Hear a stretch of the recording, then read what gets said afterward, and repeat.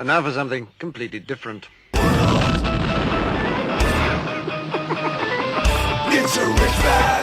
Forget everything you've been told by others before. Get ready for the real deal, the full story, real talk about money, markets, life. Now, it's The Real Investment Show with Lance Roberts, presented by RIA Advisors.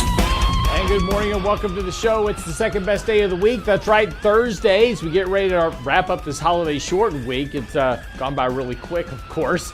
And as we're also getting ready to wrap up the month, right? So as we finish up this week, we'll be heading into the last week of June, which is also the end of the quarter. So that means a lot of portfolio rebalancing coming up next week. Again, what that just suggests is a bit more volatility in markets as we continue to kind of get positioned back to where we need to be. Now, the good news about that is that because of all the selling that we had just this last week, we're going to see a reversion potentially of this trade. And again, we talk about these short-term market rallies, these potentials for a bottom, etc.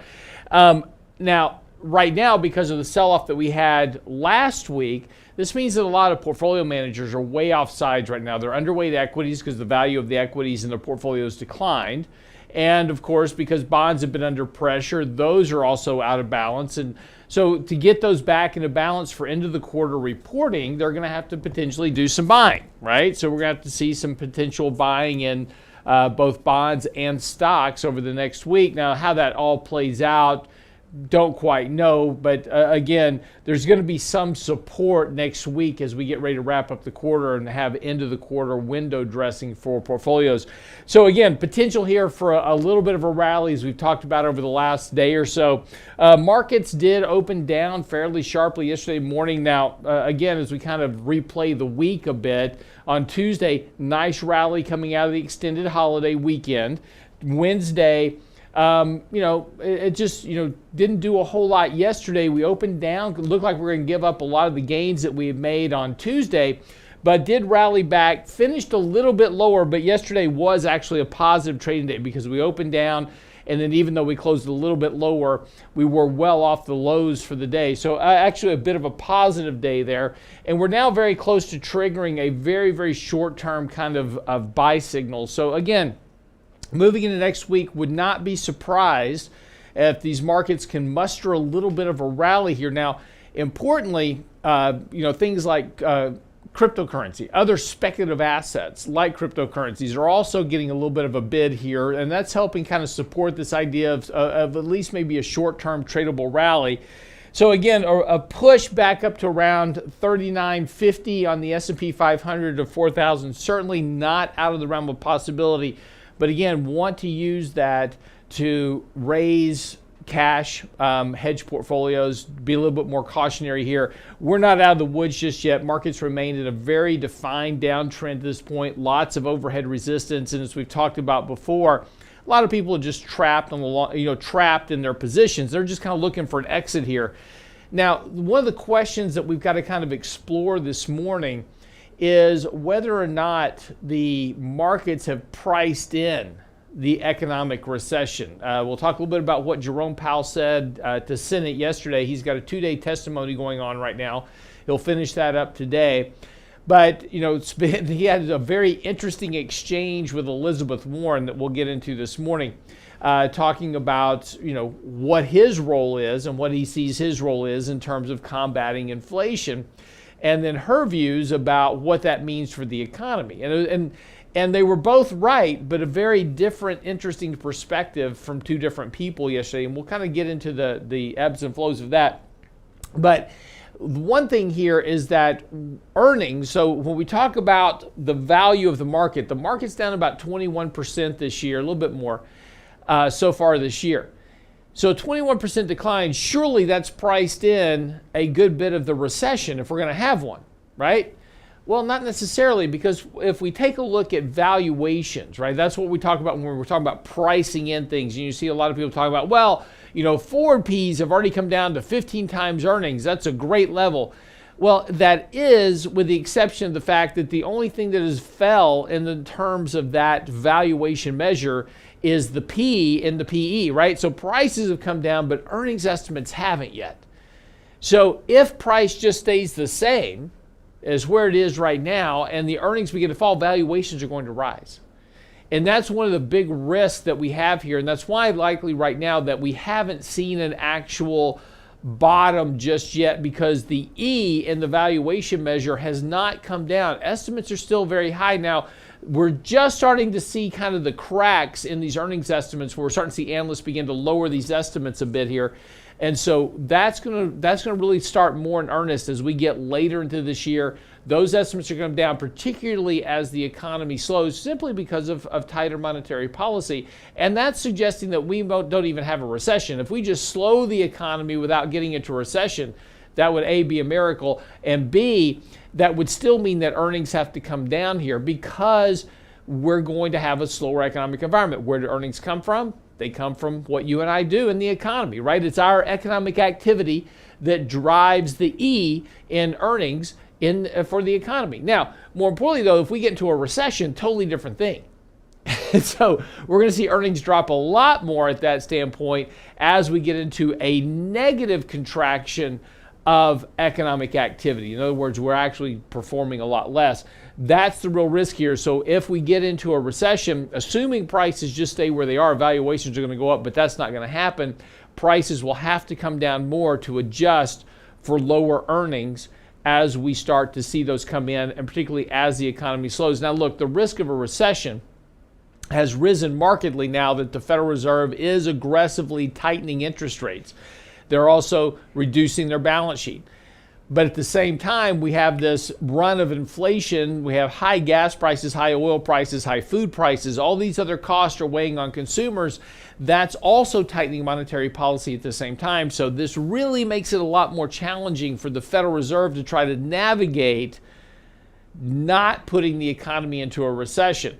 Now, there's some interesting dynamics, and again, we'll talk about this after the break with Fed Chairman Jerome Powell talking yesterday to the Senate committee about the jobs market and what that means and what he thinks needs to happen in the jobs market to bring down inflation. But if you're talking about trying to bring down inflation through the jobs market, that may be okay for the economy, might not be so good for you. And we'll talk about that here coming up just a minute. Just real quick to kind of wrap up, though, markets are very oversold here. Again, as we talked about yesterday, looking for a bounce. So use that bounce here to raise a little bit of cash. We're not out of the woods yet, most likely not at a lasting bottom. We'll know that when we get there. We'll start to see the markets begin to bottom, retest lows, hold those support levels.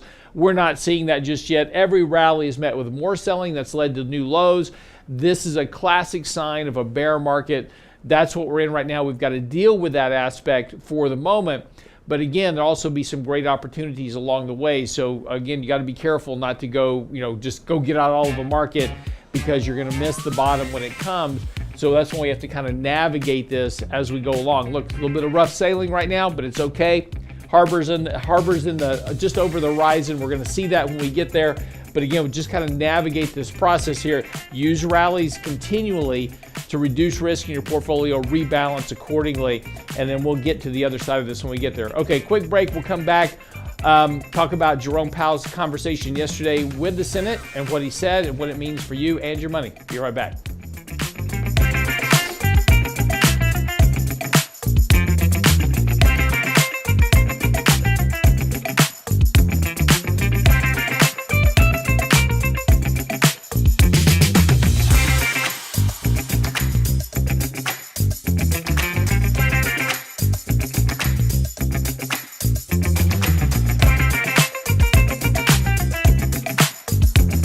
Get daily investment news you can use, delivered at the speed of the internet at realinvestmentadvice.com. Hurricane season is here, and along the Texas Gulf Coast, we know how to prepare. What we don't always know is which way the storm will go, and if a hurricane does come your way, whether your house will flood. Fortunately, you can get flood insurance. Unfortunately, flood insurance rates have skyrocketed. Don't be at risk. Let the specialists at RIA Insurance assess your needs and shop your coverage for the best rates possible. Another service from realinvestmentadvice.com. Click on the insurance tab, realinvestmentadvice.com.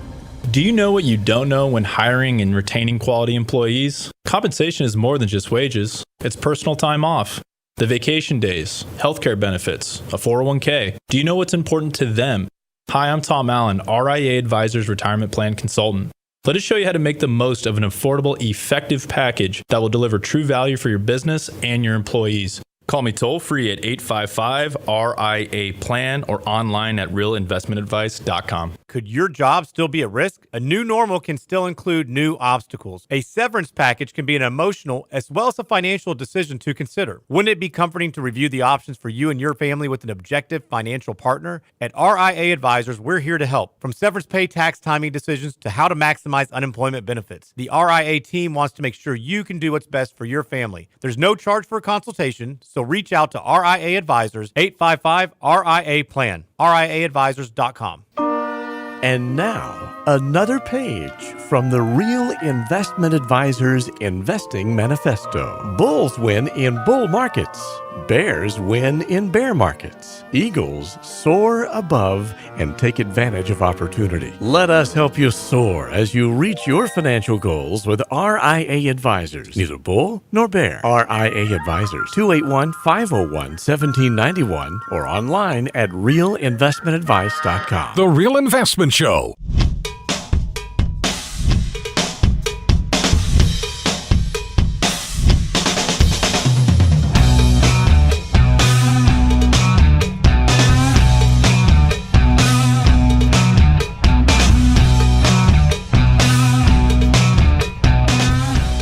And welcome back to the show this morning. So before we get into talking about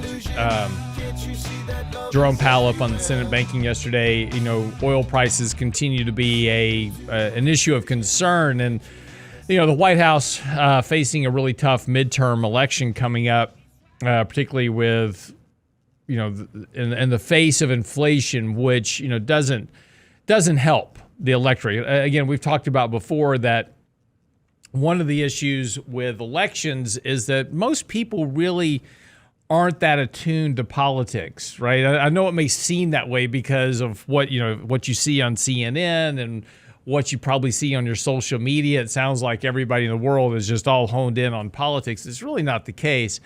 You know, most people aren't. They're doing other things in life, and what they do realize and what they are tuned into is what they're spending their money on.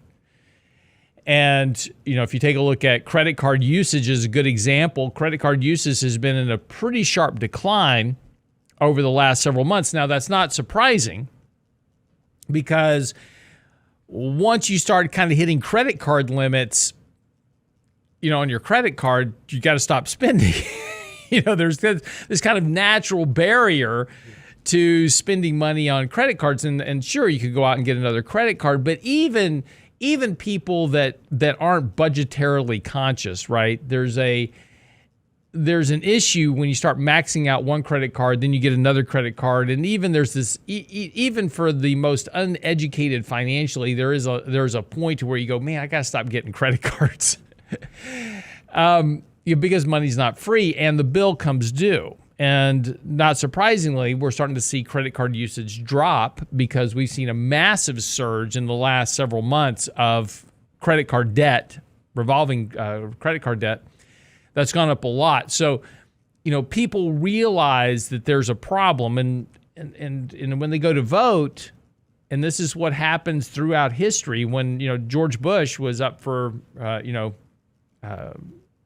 during George Bush's second term, right? We had the financial crisis, and that pretty much sowed the seeds for President Obama to get elected, because people tend to vote by their pocketbook, and when they're not happy about the current administration, they tend to vote in the other direction, and that's just the way people are, right? It's just they are very tied to their economic fate, and they blame the people in office for that. So not surprisingly, the White House a bit of in a scramble mode here because of oil prices and high gasoline prices. We talked a little bit yesterday about some of the bad ideas, trying to eliminate the gas tax, temporarily. That's not a fix. But, again, more ideas coming out. I thought one interesting one is creating a buyer's cartel. Now, a buyer's cartel is where we get all these countries together to go buy oil. And the interesting thing about it is that they're going to go and say, we're going to buy Russian oil not at $120 a barrel. We're going to buy it like 65.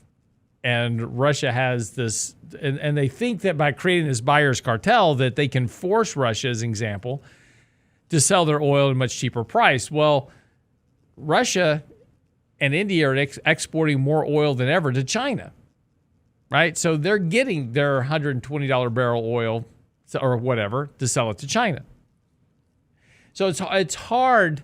These are all interesting ideas, right? But it's hard to form a buyer's cartel and try to force people to sell you oil cheaper than what market demands are. And then, of course, the problem with the cartel is always this, is that let's say Brent and I are going to form a cartel, and we're going to go, buy toilet paper at the grocery store, and we're going to try to force the grocery stores by having this buyer's cartel and sell us toilet paper at a lower price. So I want $2 for a bundle, and so we're going to go and demand $2, and the grocery store says, no, I'm not going to do it. And at first, right? But we get our cartel together, we put more pressure on them, but eventually somebody caves, right? Brent says, man, I haven't had toilet paper like in a month.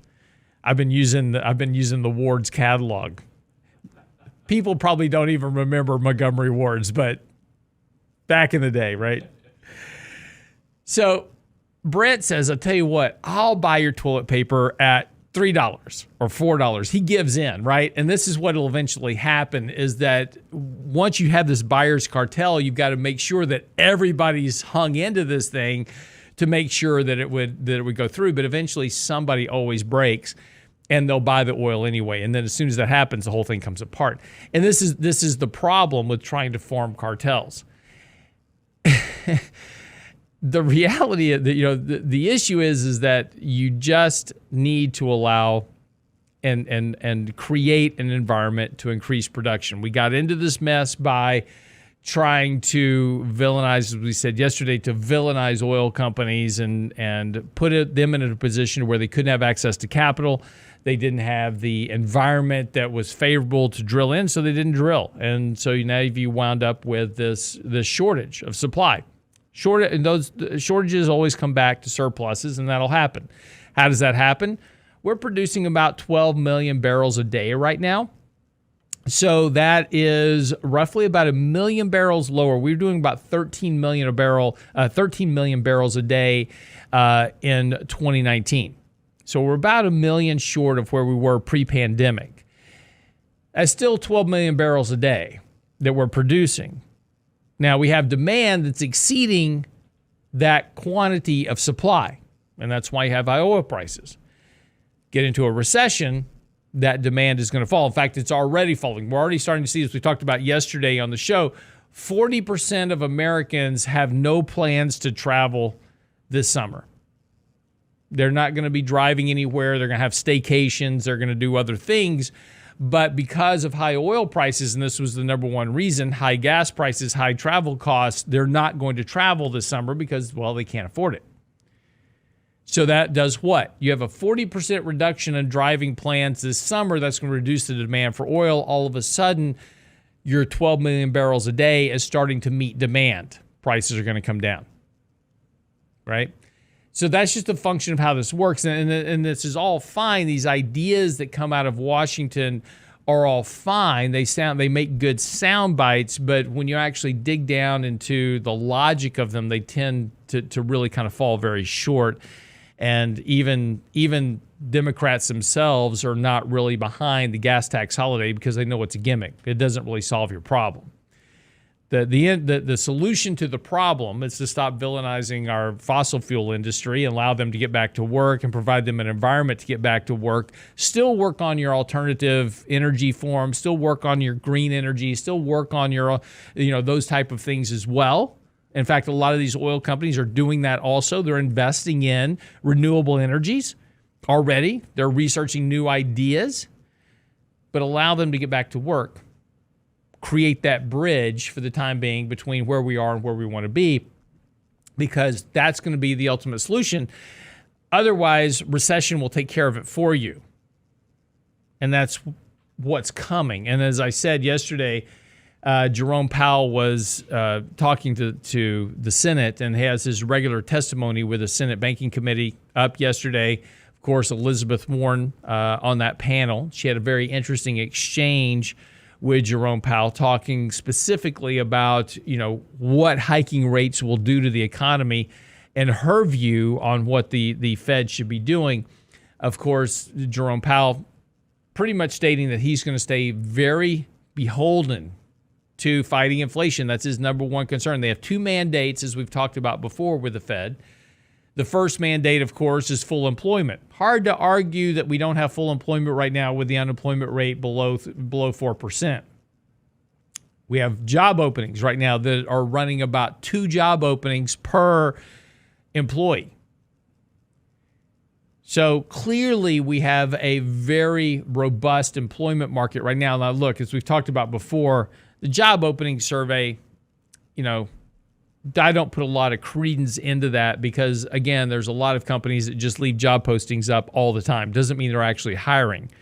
As we talked about before, particularly when it comes to companies like restaurants where they have a lot of turnover in waiters and waitresses, they just kind of have a permanent job opening for waiters, waitresses, hostesses, whatever, because those things turn over so readily. And particularly in this economy where a lot of people are just job hopping to get a higher rate, that turnover stays very high. So they just kind of have a permanent job opening. Doesn't necessarily mean they're hiring today. They might be, but they're always taking in applications because they know that within the next few weeks, month, whatever it is, they're going to have to be hiring somebody. And there's a lot of industries like that have a lot of high turnover.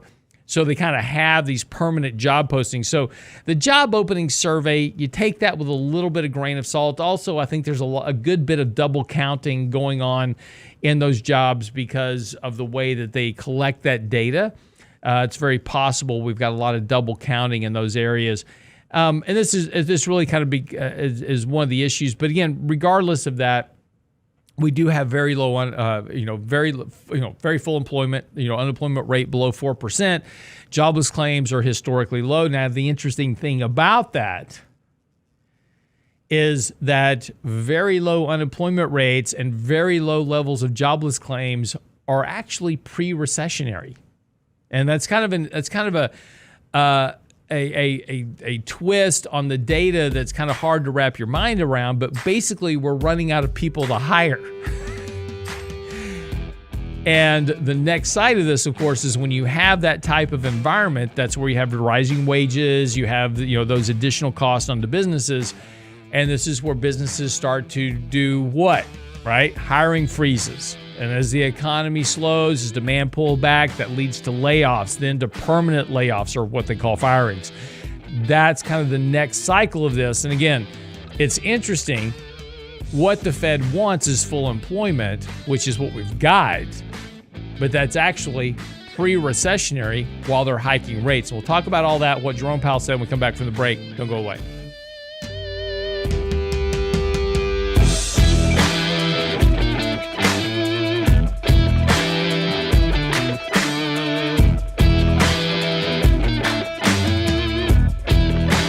The Real Investment Advice blog. It's required reading for the informed investor. Catch it today at realinvestmentadvice.com. In 1999, a parafiduciary group of financial advisors were busted by corporate giants for trying to operate in their clients' best interest. These men promptly escaped from a high-cost margin environment to the Houston Energy Corridor. Today, still excoriated by their former employers, they survive as protectors of others' fortunes. If you have a problem about preserving capital, if no one else can help, and you can find them right here, maybe you should hire the RIA team. Small businesses are discovering that attracting and retaining top talent come down to more than just salary. In today's highly competitive job market, compensation is more than just wages. Hi, I'm Tom Allen, RIA Advisors Retirement Plan Consultant. Healthcare and retirement plans can make the difference in hiring and retaining the best employees. We can show you how to build an affordable, effective employment package that delivers true value for your workers and your business. Call me toll-free at 855-RIA-PLAN or online at realinvestmentadvice.com. And now, another page from the Real Investment Advisors Investing Manifesto. A passive investment portfolio requires active risk management. It's not a choice, it's necessity. Diversification doesn't protect against risk of loss. Let us actively help you reach your financial goals with RIA Advisors. Neither bull nor bear. RIA Advisors, 281-501-1791 or online at realinvestmentadvice.com. Can't catch the whole show now? Listen to our podcast later at realinvestmentadvice.com. By the way, it's very disappointing to know that Yellowstone Ranch is actually in Utah. That's as bad as filming a movie supposedly set in Houston and you see mountains in the background. Yeah, exactly. Houston's as flat as you can get. I mean, it's just... The Real Investment Show podcast. Same show, your schedule. If you stare hard enough, you can see Italy from Houston. It's so flat. At realinvestmentadvice.com. Anyone can sell you insurance, and they'll gladly take your premium dollars. The RIA Insurance Agency can provide you with insurance solutions tailor-made for your needs and lifestyle. Because everyone's assets are different, let RIA Insurance review what you need to protect and how. We won't sell you insurance, but what you need will be a matter of policy. RIA Insurance Agency. 888-915-0780. 888-915-0780. RealInvestmentAdvice.com. Click on the insurance tab. Real Investment Show podcasts are now available from Stitcher Smart Radio at Stitcher.com. Hi, Lance Roberts here. If you're like most people, your 401k plan represents the bulk of your retirement assets. And unfortunately for many, managing your 401k plan can be difficult. There's so many choices, so many things to consider. With just a quick email, a couple of questions, you can put RIA Advisors to work for you managing your 401k plan. It's a quick and easy application. Just simply click Ask a Question at realinvestmentadvice.com or give us a call at 855-RIA-PLAN. That's realinvestmentadvice.com. Have market gyrations caused you to lose sleep? If so, it's because you have more risk in your portfolio than you realize. It's time to reevaluate your long-term investing strategy with RIA Advisors. Our disciplined approach can help eliminate unnecessary risk. If you think it's time to work with an advisor who puts your interests first, it's time for Real Investment Advice. RIAadvisors.com. You're listening to The Real Investment Show.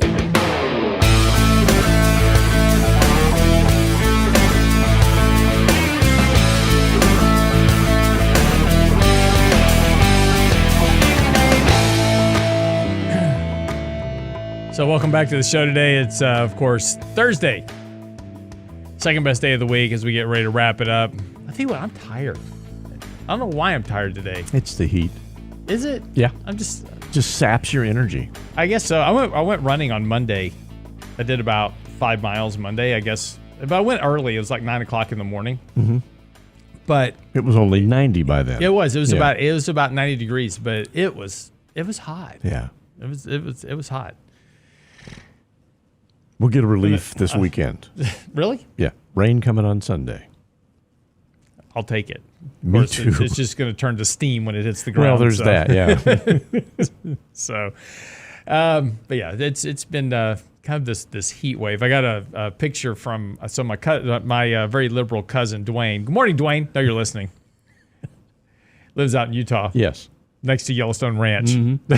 So he sent me a picture yesterday of he's a contractor, and so he's building a new house, and showed me his picture from his office window. Of course, there's mountains in the background. It's all very pretty. I'm like, I have an office out of my window. I see nothing but flat freeway. Exactly. I'm gonna have to move somewhere where there's some terrain eventually. Either a beach or some mountains. One of the two. Gotta have some terrain. Anyway, the Federal Reserve yesterday up on Capitol Hill, Jerome Powell, of course, testifying before the Senate Banking Committee. Interesting comments that he was making yesterday. Federal Reserve, and I'm just going to read to you, this is from the Wall Street Journal this morning. Federal Reserve Chairman Jerome Powell said the central bank's battle against inflation could lead it to raise interest rates high enough to cause a recession And of course, this is his most explicit kind of warning this year. There's this quote: "It is not our intended outcome at all, creating a recession, but it's certainly a possibility," Mr. Powell said. "We are not trying to provoke and do not think we will need to provoke a recession, but we think it is absolutely essential to bring down inflation," which, of course, is running at about a 40-year high right now. Now, this is an interesting comment because really, as he went through his testimony yesterday, his attitude and his comments were really to the fact that we're hiking interest rates and we're going to slow the economy, we're going to combat inflation, but we're not going to cause a recession. Even though he warned it's a possibility, he was like really kind of avoiding the idea of saying it's an absolute certainty. And I thought this was interesting because a New York Federal Reserve paper, right? So the Federal Reserve, by the way, has regions. If you're not aware of this, they have the Atlanta Federal Reserve, they have the Dallas Federal Reserve, the Richmond Federal Reserve, etc., Philadelphia. Each one of these regions controls a specific number or controls a specific territory of the country for distribution of money, banking, etc. So these are stock full of economists and analysts and all types of other people that work in these regional feds, and they produce commentary on a regular basis and a lot of data, right? I mean, we talk about the Atlanta Fed GDP now, which is currently running at 0 at the moment for the second quarter. But each one of these regions produce a good bit of data. We have these regional manufacturing Federal Reserve surveys. It talks about what's going on in their regions in terms of manufacturing. So they produce a lot of data about the economy. So it's not like Jerome Powell is devoid of data that's happening in the economy. He knows what's going on. He gets all these reports. He talks to all the heads of these regional Fed regions on a regular basis. But again, he can't just come out and say, yeah, recession's coming, no way to stop it, because immediately, if he would have said that yesterday, yields would have dropped to about 1% and markets would have been down 20%, right? I mean, just that quick. He can't say that. So you have to kind of parse through this stuff that he says, and he's laying out the case and saying, look, I'm hiking rates, probably going to have a recession, but I can't really say that, right? It's kind of a wink, wink, nudge, nudge thing, right? But a recent New York Fed paper came out and said that, this is from Liberty Street Economics, puts the probability of a hard landing in the economy at 80%. Now, what's the difference between a soft landing and a hard landing, right? Think about it like flying an airplane. A soft landing is when the plane comes down, lands on the runway perfectly, right? Kind of that coming back from, flying in from New York, landing at an Intercontinental in Houston, nice soft landing, everybody's happy, all good. Pull up to the taxi, get off the plane, everybody's good. That's a soft landing, and right? applause-worthy. And applause-worthy when that happens, right? So I think people are applauding just for simply the fact that they made it. Especially lately with all the delays, they're clapping because they're glad to be home wherever they want to get to. But that's a soft landing. And so in an economic sense, a soft landing is where you can slow the economy, cool inflation, but not cause a recession. Brent, do you know what the difference is between a recession and a depression? I've told you this before. Yes. Yes. What is it? What you said. That's what I said. Got it. Recession's when Brent loses his job, and depression's when I lose mine. Right. So that's the old story. But a soft landing is where you avoid the recession, but you fix all the other problems. A hard landing is when you wind up in a recession, or worse, a depression, and you lose your job. Right now, the New York Fed is putting that odds at 80%. They cut GDP by 1.5% in just a space of 3 months, and they expect a recession for 2 years. Now, that's not really the kind of news that you want to put out there into the financial markets, but that's why we saw such a big reversion and drop in interest rates yesterday. Bond prices, having a very nice day yesterday. And that's going to continue.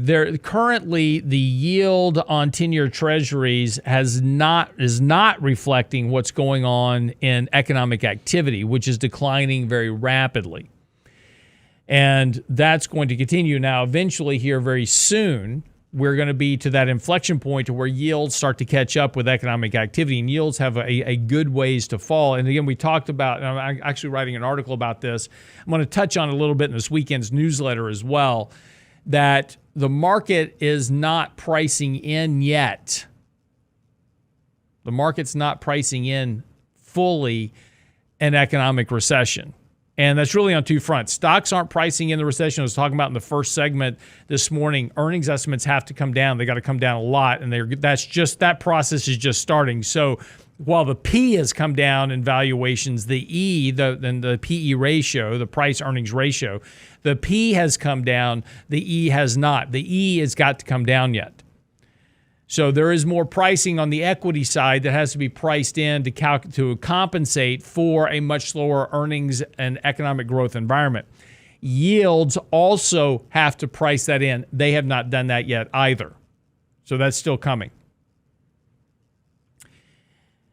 Now, this brings up kind of the interesting conversation that happened, in the middle of this with Elizabeth Warren.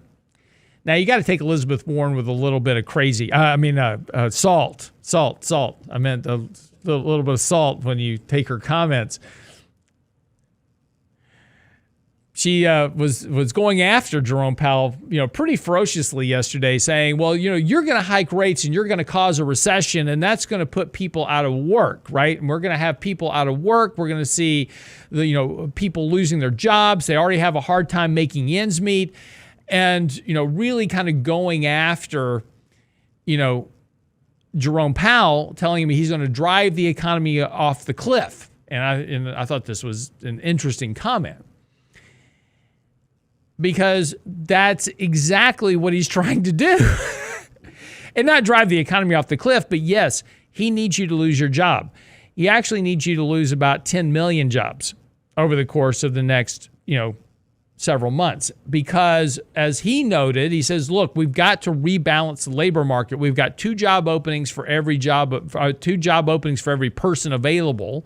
We've got ultra low unemployment, and we have high inflation. That's a terrible economic mix.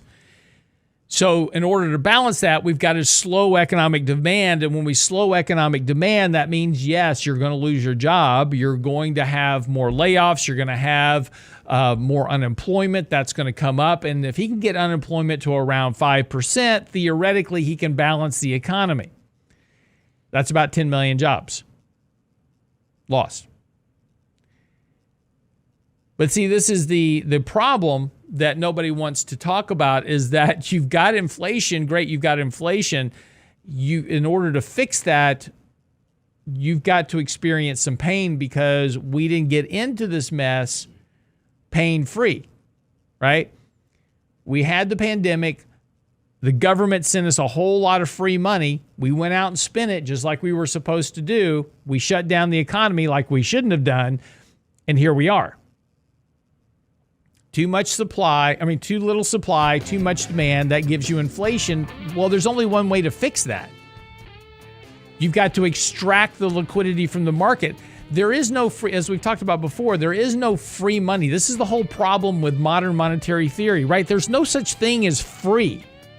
There's always a cost. You can't just give people money and expect it not to have a cost. And what people are suffering right now, and look, it's a terrible thing, but this is the tax for the free money that you were given by the government. There's always a cost. Be right back after the break.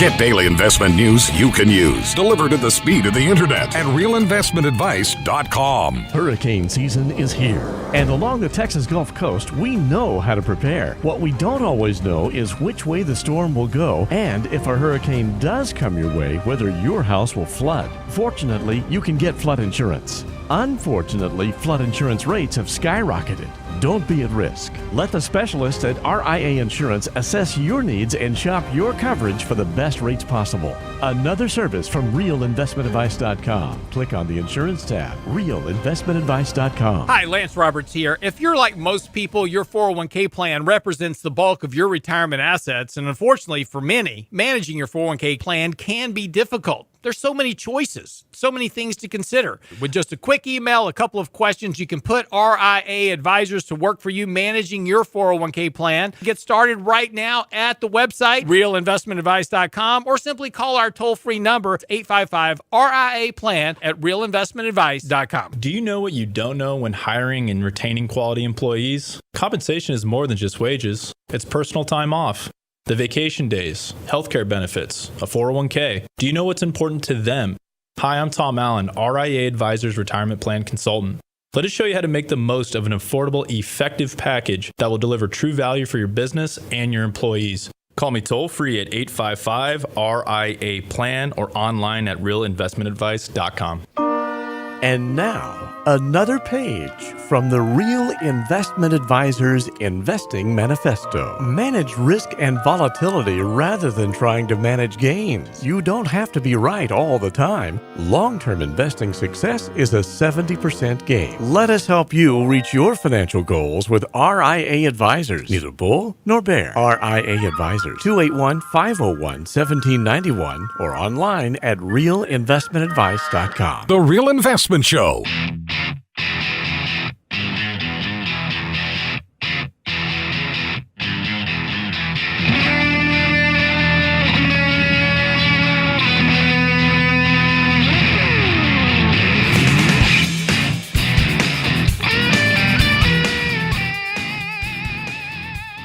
And welcome back to the show this morning. So good news for this Thursday morning. Futures are pointing slightly higher. Dow's up about 157 as we talk right now. Of course, as we've seen recently, that can change very quickly in this market. So again, NASDAQ futures up about 116 this morning. So going to have a little bit of a bounce out of the gate. Now, again, markets finished down a smidge yesterday, but had a strong rally on Tuesday. So, again, markets are trying to get some type of rally going here.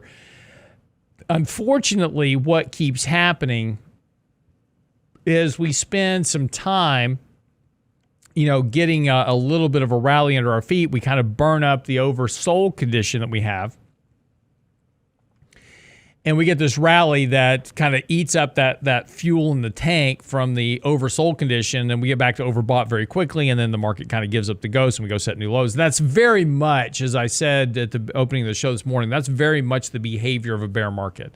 It's very frustrating for investors because, it's just we're so used to just markets kind of going up.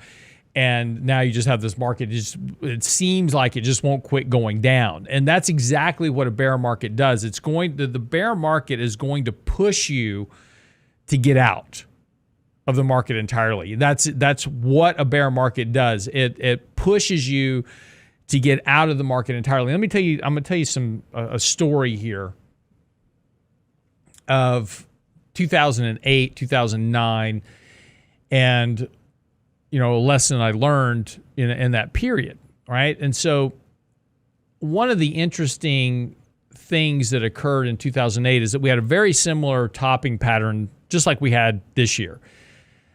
In technical terms, it's called a head and shoulders pattern. And following the Bear Stearns bailout, the markets rallied, formed a new high for that period, then sold off, rallied back, set a lower high, then broke support, and then we started going lower. And that was in June, July of 2008. And at that point, we sold everything in our portfolio. We went to 100% cash at that point. Now, we're down about 8% from the peak, but sold everything and went to cash. So that worked great during the decline. In February of 2009, the evidence that a bottom was forming in the market was pretty clear. Super oversold, extreme negative sentiment, starting to see a what they call a increase in what was, it's kind of some of the indicators that were going on. You had this negative divergence in oversold indicators. They were improving, but the market was still going down. And that's the type of stuff you're looking for the market to find a bottom. Tells you what's kind of going on behind the scenes. There were people buying stocks, but overall the index was still going down. And so in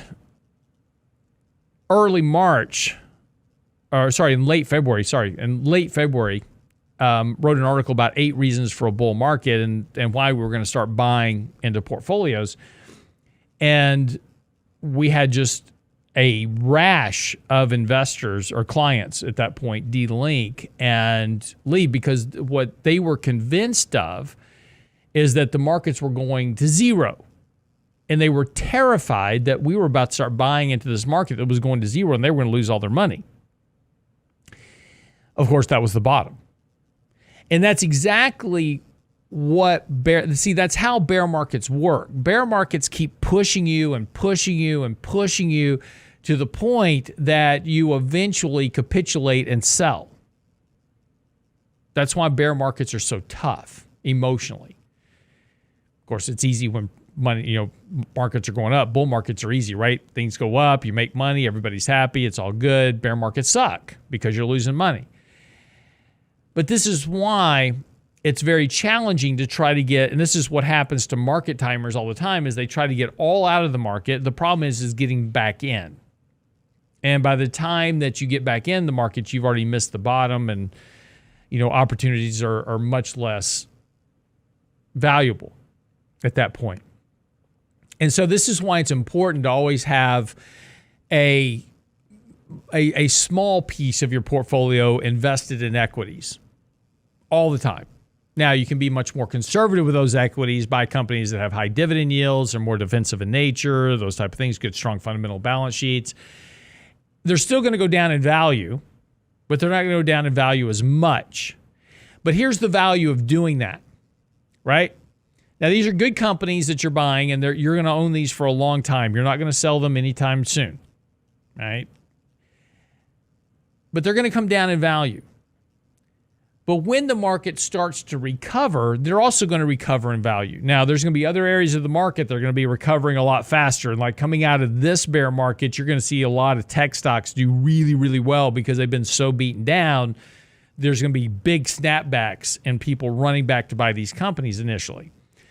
So these kind of more, hardened, die hard and true value-oriented companies, they're not going to do that well coming out of the bottom. But what it will tell you in your portfolio is that markets have stopped going down, and you have this equity piece in your portfolio that's now rising with the market. So as you begin to see that recovery in the equity side of your portfolio, it's easier to add to that and to build on a base in your portfolio versus trying to go from, the hardest thing is to go from nothing to something, right? Because you're so scared now that the market's just going to keep going down. Buying something new is very difficult, but you've already have this kind of this little bit of a sleeve in your portfolio. Maybe it's 10% of your portfolio, maybe it's 20%. It's not a lot, but it's just enough to give you a base to build off of psychologically, right? And so what we're trying to combat here is we're trying to combat those psychological flaws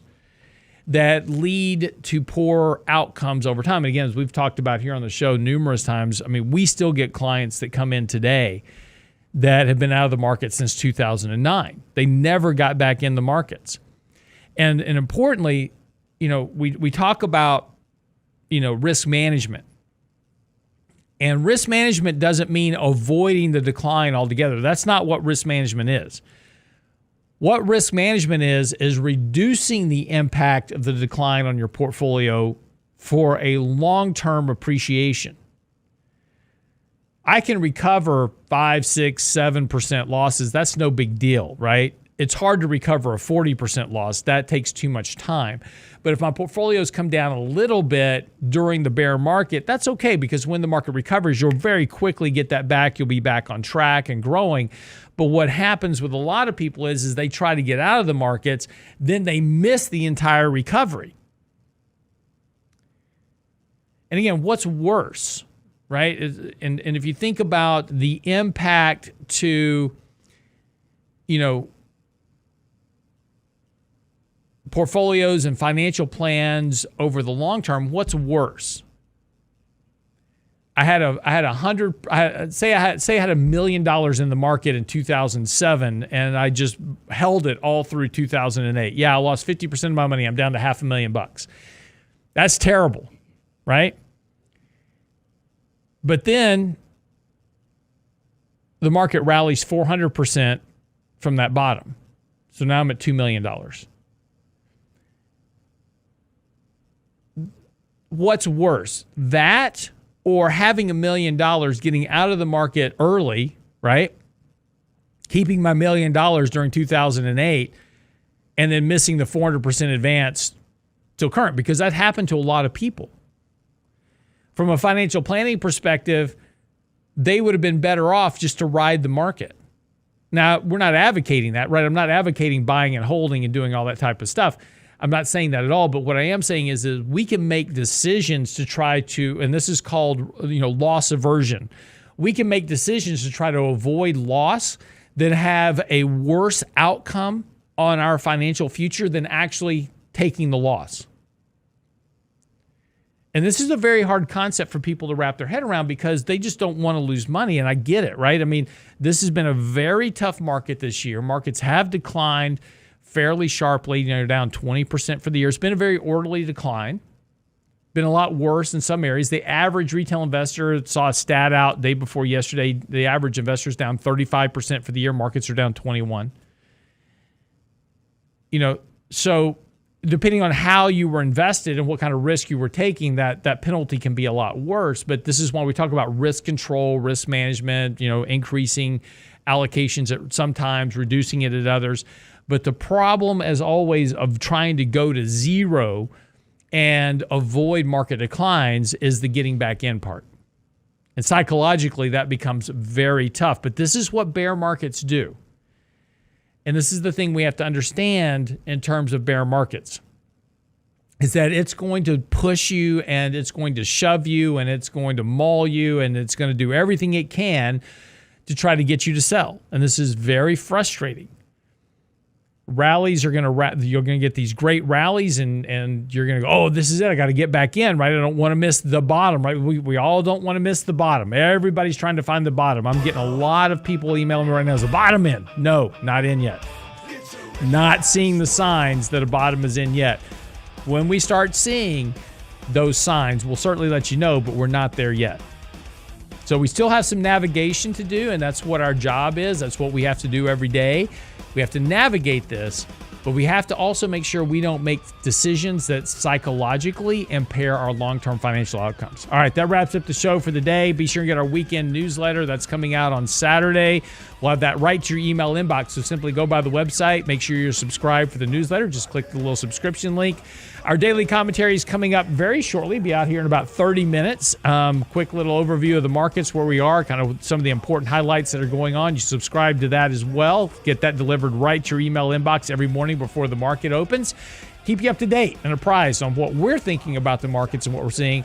Check out SimpleVisor.com. That's our digital-only platform. All your own research that we provide for you right there, SimpleVisor.com. Have a great day. See you back here tomorrow.